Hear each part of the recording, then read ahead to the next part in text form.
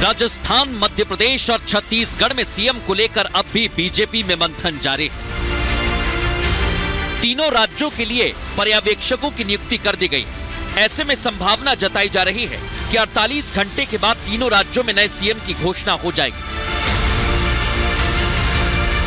वहीं पीएम मोदी राज्यों में बम्पर जीत के बाद कह रहे हैं कि देश की जनता स्थिर सरकार चाहती है। आकांक्षी भारत आज अस्थिरता नहीं चाहता, वो स्थिर सरकार चाहता है। हाल में हुए विधानसभा चुनाव में भी हमने ये देखा है, जनता ने स्थिर और मजबूत सरकारों के लिए जनादेश दिया। सीएम के चुनाव से पहले मुलाकातों का दौर भी जारी है। संसद भवन में जेपी नड्डा से ज्योतिरादित्य सिंधिया ने मुलाकात की।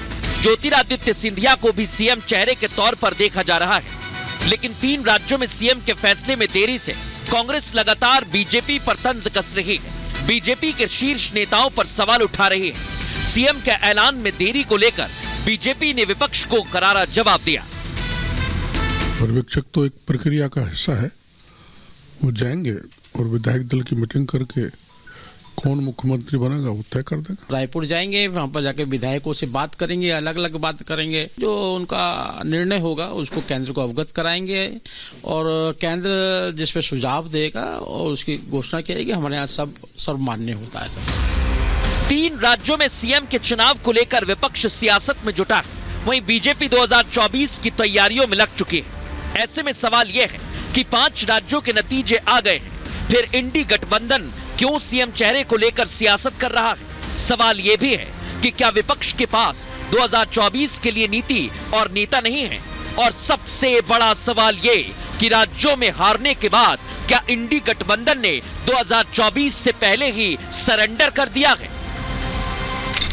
पूछता है भारत। भारतीय जनता पार्टी के राष्ट्रीय प्रवक्ता वरिष्ठ नेता अजय आलोक जी मेरे साथ है। समाजवादी पार्टी के राष्ट्रीय प्रवक्ता अनुराग भदौरिया, वरिष्ठ पत्रकार अनंत विजय जी, रत्नाकर त्रिपाठी जी मेरे साथ है, दुष्यंत नागर मेरे साथ है, राजेंद्र तिवारी जी वरिष्ठ पत्रकार मेरे साथ है। मैं सबसे पहले आपके पास आ रहा हूं अजय आलोक जी, आप उन नेताओं में से हैं जिन्होंने कहा था कि छत्तीसगढ़ में बीजेपी जीत रही है रिजल्ट से पहले।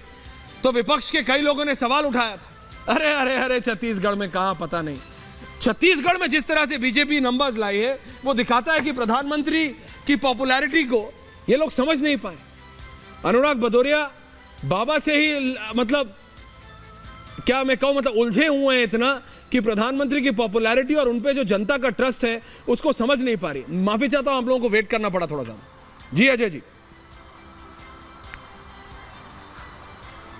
देखिए करे जी, हरा कुर्ता पहनते हैं अनुराग भदौरिया, लेकिन जनता हरा सिग्नल देती है प्रधानमंत्री।